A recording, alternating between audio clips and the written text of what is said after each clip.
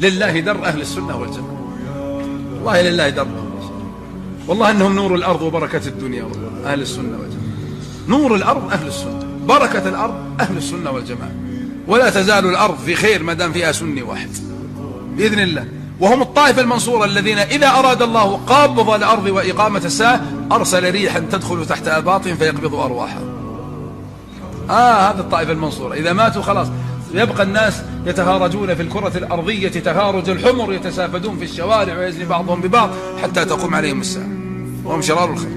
أهل السنة فيهم بركة عظيمة، وهم الذين تحاربهم الدنيا بقبضها وقبضها، يحاربون أهل السنة.